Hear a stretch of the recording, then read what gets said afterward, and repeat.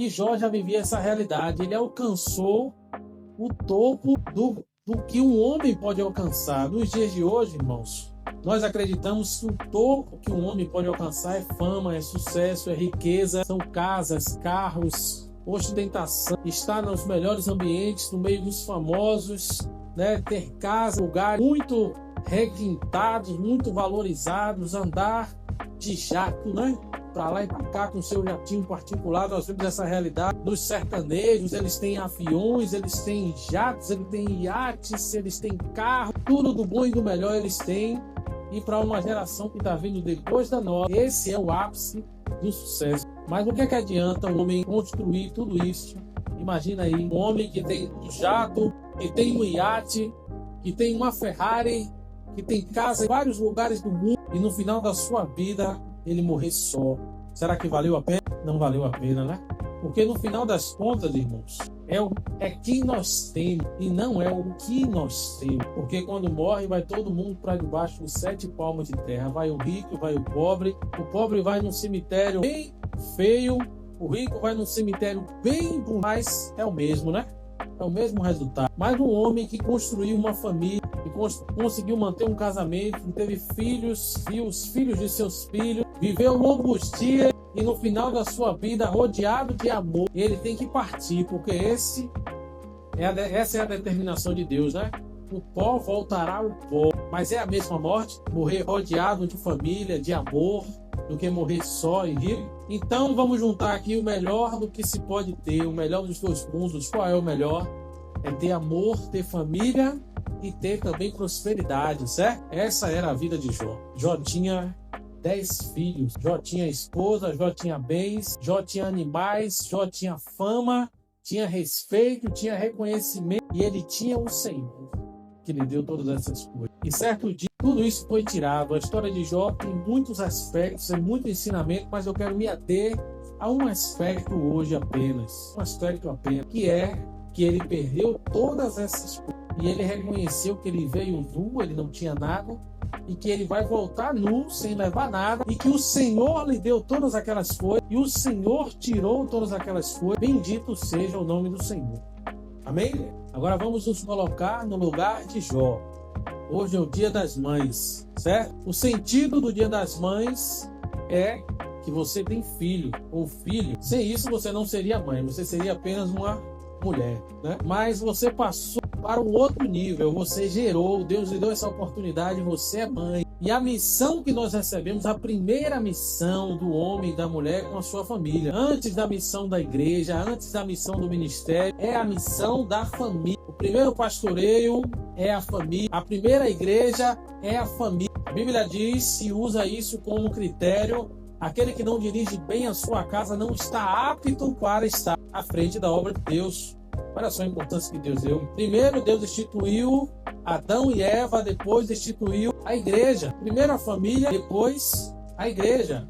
Amém? Então, meus irmãos, nós fazemos da família o nosso primeiro compromisso, certo? Pela família nós matamos e morremos, certo? Nós faremos o que for necessário. Nós que somos homens temos a responsabilidade de um amor sacrificial. Se for necessário morrer, a Bíblia diz que o homem deve amar a sua esposa como Cristo amou a igreja e se entregou por ela. Olha só, se for preciso morrer, você está debaixo do mandato de Deus para proteger a sua casa, a sua família. Mas e se Deus tirar de você? E se Deus tirar um filho seu? E se Deus tirar o seu marido? Jó entendia com plena clareza: Deus me deu todas as coisas. E quando ele perdeu tudo num dia só, porque o propósito de Jó foi uma provação para nos dar exemplo. Então ele perdeu todas as coisas. A Bíblia diz que um mensageiro estava contando uma má notícia, já tinha outro esperando para falar. E vieram 4 ou 5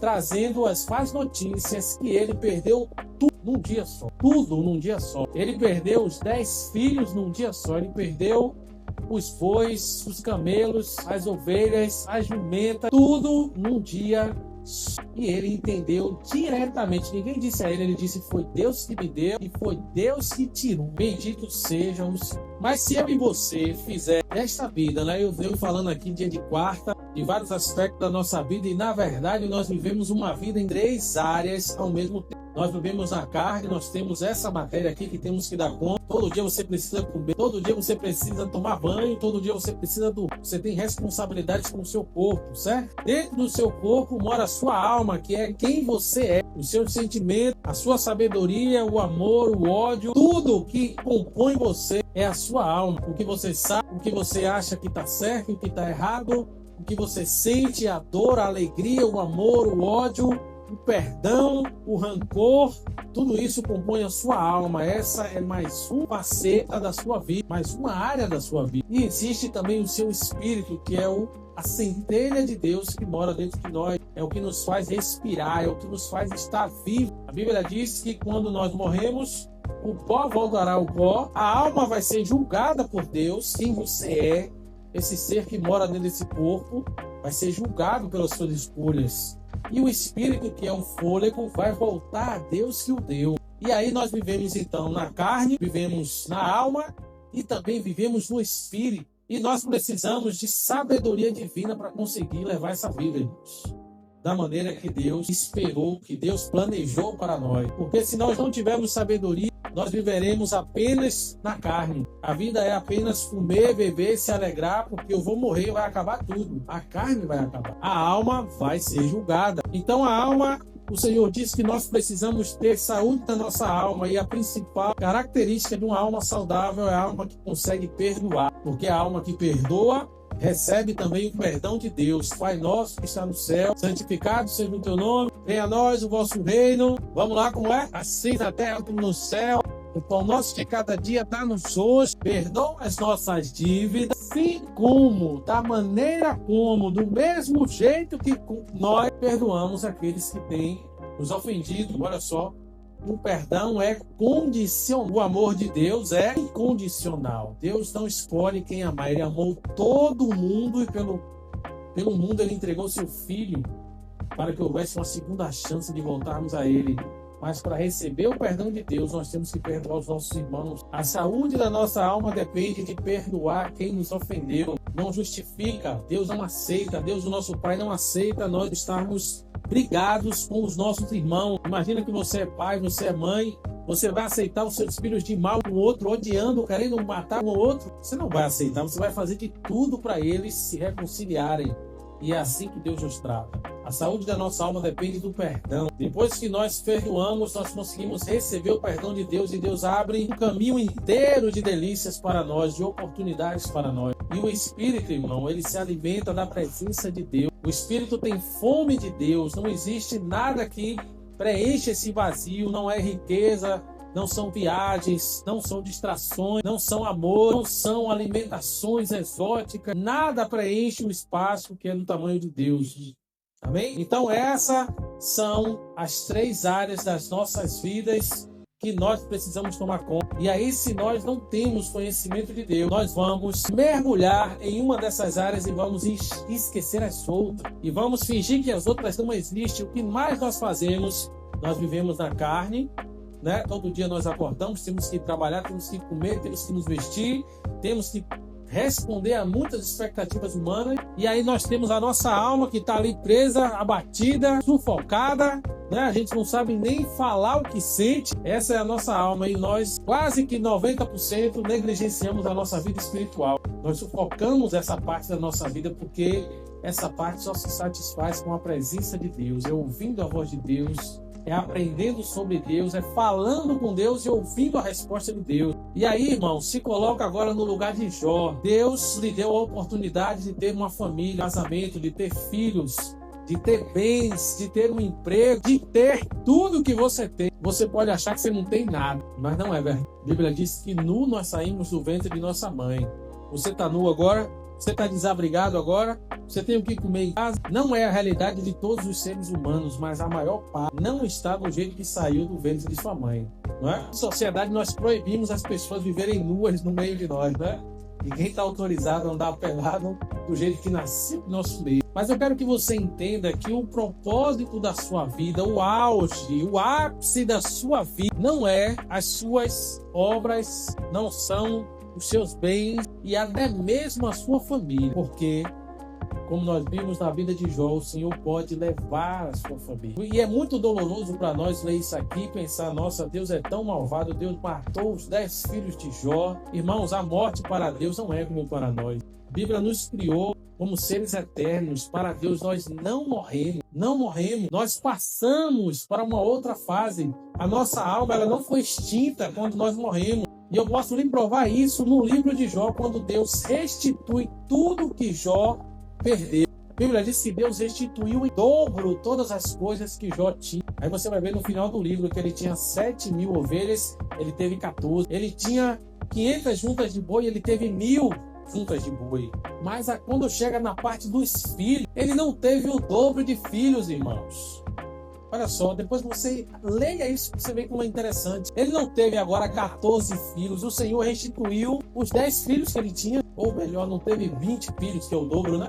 Ele teve mais 10. 10 mais 10 é quanto, irmãos? 20. Então os seres humanos não são contados por Deus, como Deus conta os animais, como Deus conta os bens. Então, a morte para Deus não é como para nós. E eu quero que você entenda que a melhor vida que você pode ter na terra é constituir família, é ter filhos, é prosperar em todo o seu trabalho, é ter uma boa casa, é ter tudo de bom e do melhor. Essa é a melhor opção. É o ápice do que nós chegamos. Mas a sua vida não chegou no ápice quando você chega nesse lugar. Não chegou no ápice. E eu quero te provar que se você tiver os seus olhos nessas coisas, você não tem habilitação para chegar até Deus. Porque a Bíblia diz, Jesus resumiu os 10 mandamentos, ele disse: amará o Senhor teu Deus de todo o teu coração, de toda a tua alma e de todo o teu entendimento. A Bíblia diz que Deus é o primeiro amor, Deus está acima de todas as coisas. Mais à frente, Jesus disse assim: todo aquele que amar mais pai, mãe, filho, família, fazendas, mais do que a mim, não é digno de mim. Jesus declarou essas coisas. E você vê no livro de Jó que Jó perdeu a família, não foi toda, foram os filhos, mas a esposa dele não morreu. E a esposa dele chega para ele e diz, no decorrer do livro, né? Quando ele perde ainda a saúde, quando ele perde a reputação, quando ele perde o respeito das pessoas que o conheciam, a mulher dele chega para ele e diz: Jó, amaldiçoe o seu Deus e morra. Olha só o que a esposa dele disse para ele, irmãos. O que é que isso aqui mostra, irmãos? Que ela tinha como ápice da vida dela os bens, a vida regalada, os seus filhos, porque filho não é mais na nossa sociedade, nos nossos dias, sinônimo de vitória, mas naquele tempo era. Uma mulher que tinha 10 filhos era uma mulher invejável, uma mulher bem-aventurada, uma mulher próspera. E uma mulher que não tinha nenhum, ela andava de cabeça baixa naquela sociedade, envergonhada por não ter nenhum filho. Então aquela mulher, ela não tinha entendido quem era Deus. Ela vivia como alguém que desfrutava dos bens de Deus, de uma vida próspera em todas as áreas. Mas no dia que Deus tirou toda a prosperidade, toda a bênção, ela aconselhou seu marido: olha só, amaldiçoe seu Deus e morra. Agora me diga, como é que uma pessoa morre? Me diga aí, a pessoa está passando tudo isso, aí recebe um conselho desse: amaldiçoe o seu Deus e morra. Tá bom, amaldiçoar a Deus eu sei fazer, né? E eu vou agora excomungar Deus. Eu vou dizer que eu não quero mais ser filho dele, servo dele, porque ele fez essa maldade comigo. E agora, como é que eu vou morrer? Vou prender a minha respiração até morrer, eu não quero mais viver. Funciona?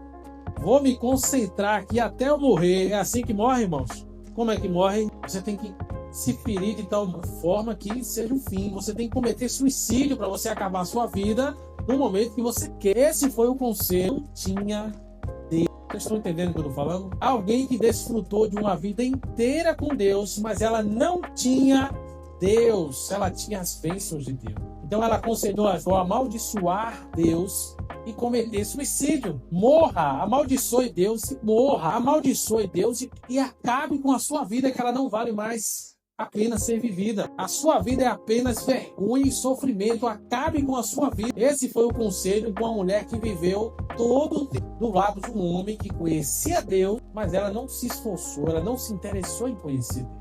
Ela se satisfez com as bênçãos da mão de Deus. Vocês estão entendendo o que eu estou falando? O ápice da nossa vida não é uma família muito linda, bens, fartura. O ápice da nossa vida é conhecer a Deus. Jesus disse: a vida eterna é conhecer a Deus, o único Deus verdadeiro, e ao seu Filho, como Senhor e Salvador. A vida eterna, irmãos, não é um lugar. A vida eterna não é o céu. A vida eterna é um relacionamento. Jesus falou o que é a vida eterna. A vida eterna é conhecer a Deus. A vida eterna é conhecer a Deus. O ápice da nossa vida é alcançado ainda na carne, lutando contra o pecado, lutando contra as tendências pecaminosas do nosso ser, contra as aflições diárias da vida, porque ele disse que no mundo vocês terão aflições, mas Jó alcançou, irmãos, ele transcendeu todas as bênçãos, todo o bem de Deus, e entender que o ápice da vida era um relacionamento com Deus. Depois de Jó ouvir todas essas notícias terríveis, a Bíblia diz que ele se levantou, ele rasgou as suas vestes. Isso era um sinal de desespero. Rasgar as vestes é um sinal de desespero. Ele arrancou as roupas que tinha, ele raspou a cabeça. Não sei se você já viu em algum lugar, os judeus são cabeludos, né?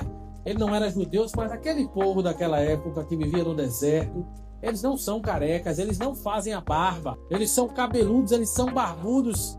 E raspar a cabeça era um outro sinal de rendição total. Desespero e rendição. Ele rasgou as vestes, ele raspou a cabeça, ele raspou a barba, ele se jogou no chão e adorou o Senhor. Qual foi a adoração? Ele não negou a Deus. Ele reconheceu que ele veio e não tinha nada. Ele não era digno de nada. Deus deu tudo que ele recebeu, que ele tinha, e Deus tirou. E bendito seja o nome do Senhor. Olha só, irmãos, isso aqui é adoração. Isso aqui é adoração. Adoração não é você estar na igreja todos os dias. Não é você estar cantando. Isso é louvor. Você está louvando a Deus. Adoração é um estilo de vida. Adoração é o que você faz todos os dias diante das decisões que você precisa tomar. É reconhecer Deus em todo o seu caminho, diante de cada dificuldade, diante de cada bênção, diante de cada decisão. Será que eu e você reconhece Deus, honra a Deus, adora a Deus, considera que existe um Deus no céu que é justo e está vendo o que eu estou fazendo? Mesmo que ninguém esteja vendo, eu estou fazendo a coisa certa. Isso é adoração. Isso é adoração. Não é chorar, não é se jogar no chão emocionado. Isso pode ser o seu momento íntimo, mas a adoração são escolhas. Adoração é um estilo de vida. Adoração a gente faz quando decide considerar Deus em cada decisão, em todos os nossos caminhos. Amém? Então considere isso. Se Deus tirasse tudo que você mais valoriza, se Deus tirasse as próprias bênçãos que Ele lhe deu, quem você seria? Você seria Jó? Ou você seria a mulher de Jó? Quem seria você no dia mau? A Bíblia diz: se no dia mau te mostrares fraco, a tua força é pequena. E a nossa força, irmãos, é o Senhor. Não é o nosso braço, é a nossa confiança no Senhor. É quem nós sabemos que Ele é, mas nós precisamos conhecer quem Ele é para nos portar dessa maneira, que independente de tudo que nós temos, independente de tudo que nós perdemos, o Senhor continua sendo Deus. Louvado seja Deus. Deus deu e Deus tirou, não tem nada de errado nisso, é direito dele. Ele é o Criador, dele é todo o ouro, toda a prata. A Bíblia diz, Salmo 24, do Senhor é a terra e toda a sua plenitude. Os animais e todos os seus habitantes são propriedades do Senhor, irmãos. Por mais que isso fira o meu e o seu orgulho, nós somos criação de Deus, nós somos de Deus, nós somos de Deus. Nós não somos senhores do mundo, como os homens insistem em declarar. Nós somos de Deus, ovelhas do pasto de Deus. Amém? Eu não vou me estender mais, mas fica essa reflexão. Quem é você se Deus tirar todas as bênçãos que Ele mesmo te deu? Se você souber que foi Ele que tirou, como Jó sabia, você age como a esposa de Jó, que manda amaldiçoar e negar, e morrer e desistir, ou você é Jó e louva e adora ao Senhor mesmo no dia mau. Então medita aí no seu coração, reflete, ajusta o seu coração e viva uma vida de adoração para a glória de Deus, para o seu próprio bem,